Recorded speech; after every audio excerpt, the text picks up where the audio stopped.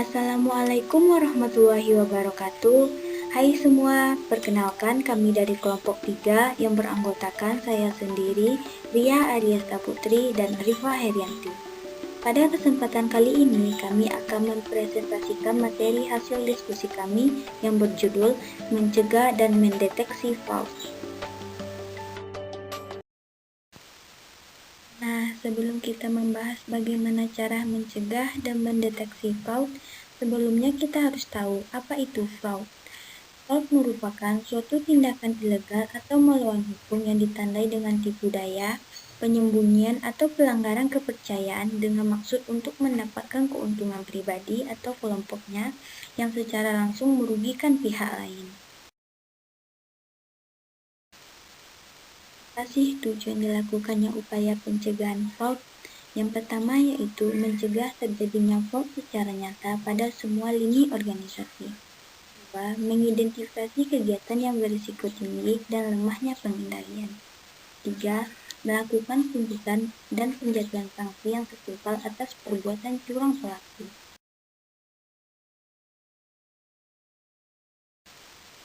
Selanjutnya, kita masuk pada pencegahan fraud. Terdapat dua cara pencegahan fraud, yaitu melalui tata kelola perusahaan dan sistem pengendalian internal.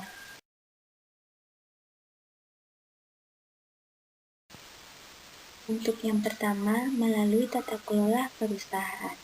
Menurut AICPA, pencegahan fraud dapat dilakukan dengan menerapkan tata kelola perusahaan dan prosedur pengendalian untuk mengurangi risiko kecurangan. Terdapat 3 cara untuk mencegah atau mengantisipasi kecurangan. Yang pertama yaitu budaya kejujuran dan etika yang bernilai tinggi. 2. Tanggung jawab manajemen untuk mengevaluasi risiko kecurangan. 3. Pengawasan dari komite audit.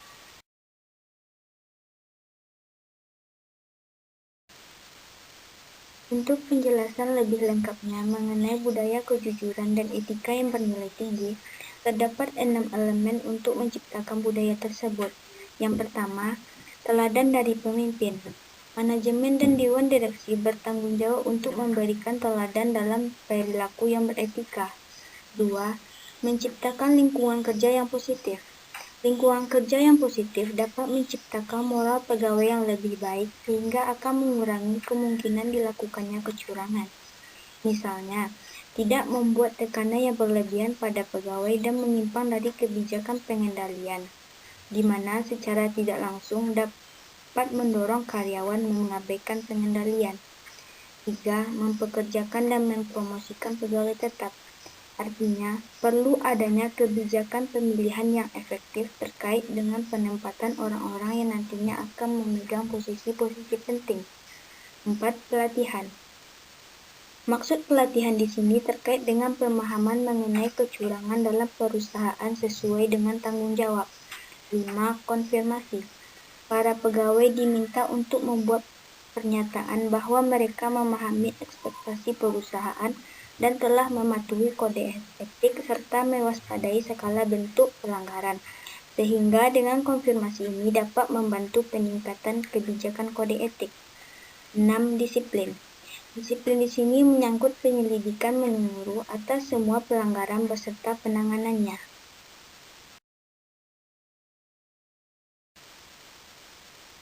Selanjutnya, cara untuk mencegah kecurangan yang kedua yaitu tanggung jawab manajemen. Ada 3 tanggung jawab manajemen. Yang pertama, mengidentifikasi dan mengukur risiko kecurangan. Hal ini dimulai dari kesadaran manajemen bahwa kecurangan mungkin terjadi dan hampir setiap pegawai mampu melakukan tindakan yang tidak jujur. 2. Menangani risiko kecurangan. Artinya, manajemen bertanggung jawab untuk merancang dan menerapkan program-program dan pengendalian untuk menangani risiko kecurangan. 3. Pengawasan dalam program-program dan pengendalian pencegahan kecurangan. Manajemen secara berkala harus mengevaluasi apakah program tersebut telah berjalan sesuai dengan yang ditentukan.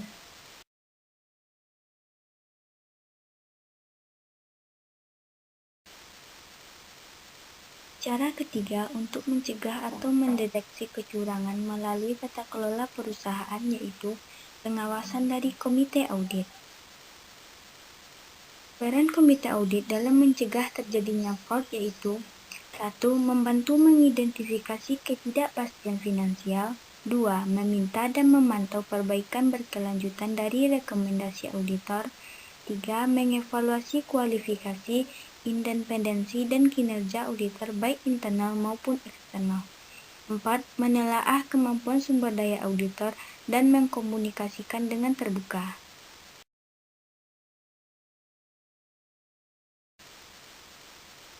Cara pencegahan fraud yang kedua yaitu melalui sistem pengendalian internal. Sistem pengendalian internal merupakan proses yang dirancang dan diimplementasikan oleh Dewan Direksi, di mana pengendalian internal ini bertujuan untuk memberikan keyakinan mengenai pencapaian tujuan suatu entitas yang berkaitan dengan efisiensi dan efektivitas operasi. Nah, kenapa sih kecurangan itu bisa terjadi? Kecurangan masih dapat terjadi meskipun suatu perusahaan sudah memiliki pengawasan yang baik. Sebenarnya kecurangan itu dapat terjadi pada perusahaan dikarenakan adanya peluang untuk melakukan penyimpangan. Untuk mencegah sebuah tindakan kecurangan tersebut, maka dari itulah sebuah entitas atau organisasi sangat memerlukan pengendalian internal. Karena pengendalian internal ini memiliki peran penting dalam mendeteksi dan mencegah sebuah kecurangan, serta dapat melindungi aset-aset perusahaan. Selanjutnya, komponen sistem pengendalian internal menurut Coso. Yang pertama, lingkungan pengendalian merupakan susunan dari standar, prosedur, dan struktur yang menyediakan jasa untuk terlaksananya pengendalian internal dalam organisasi. 2. Penilaian risiko. Penilaian risiko melibatkan proses yang dinamis dan berulang untuk mengidentifikasi dan menganalisis risiko terkait pencapaian tujuan. 3. Kegiatan pengendalian. Kegiatan pengendalian ini mencangkup tindakan-tindakan yang ditetapkan melalui kebijakan dan prosedur untuk membantu memastikan dilaksanakannya arahan manajemen dalam rangka meminimalkan risiko atas pencapaian tujuan. 4. Informasi dan komunikasi. Setiap organisasi memerlukan informasi dan komunikasi agar terselenggarakannya fungsi pengendalian internal dalam mendukung pencapaian tujuan manajemen.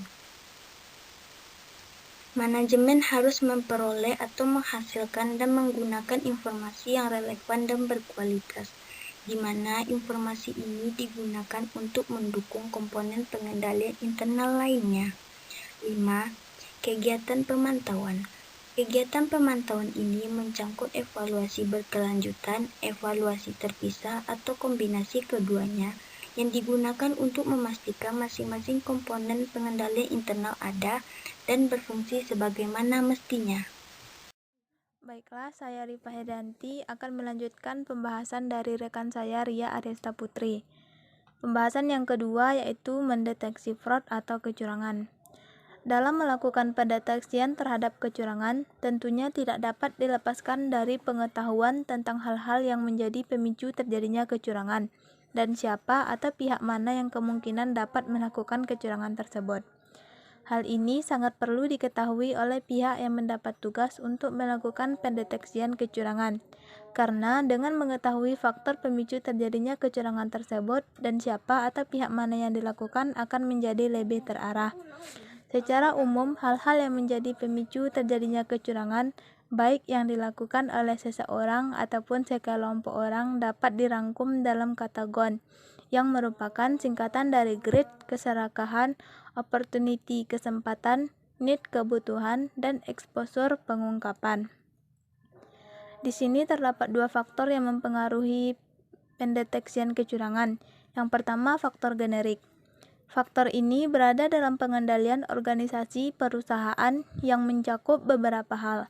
Di antaranya, yang pertama yaitu kesempatan atau adanya peluang bagi pelaku kecurangan atau disebut dengan istilah opportunity. Yang kedua, kemungkinan bahwa kecurangan akan dapat diketahui dan diungkapkan yang disebut dengan istilah exposure. Dan yang ketiga, sanksi yang dikenakan kepada pelaku jika tertangkap dan perbuatannya terungkap. Yang keempat, siapapun yang terlibat kecurangan akan dipecat. Dan yang terakhir, semua kecurangan akan dilaporkan kepada pihak yang berwenang. Yang kedua yaitu faktor individu. Faktor ini melekat pada diri seseorang yang melakukan kecurangan.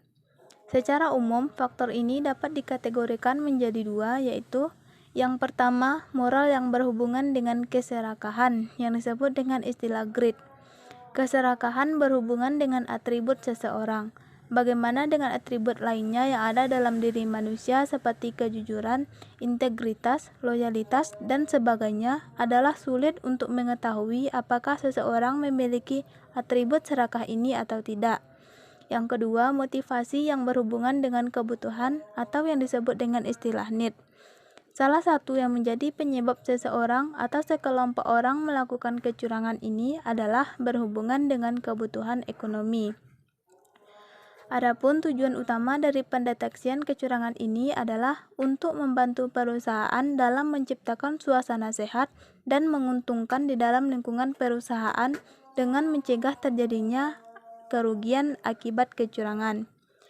Adapun hal-hal yang perlu diperhatikan dalam mendeteksi kecurangan adalah yang pertama yaitu jangan mengabaikan hal-hal yang jelas.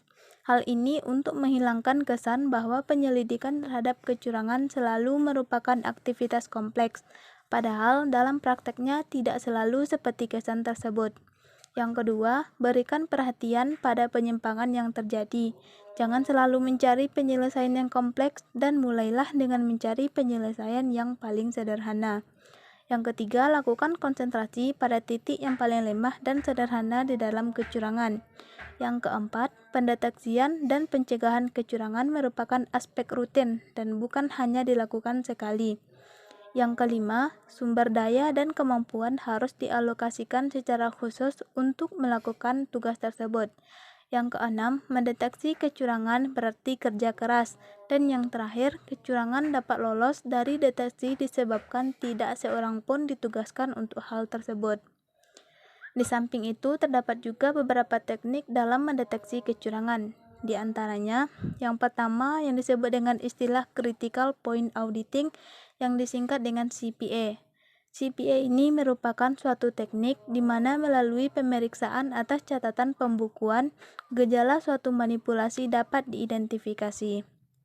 CPA ini terdiri dari dua bagian, yaitu yang pertama analisis tren.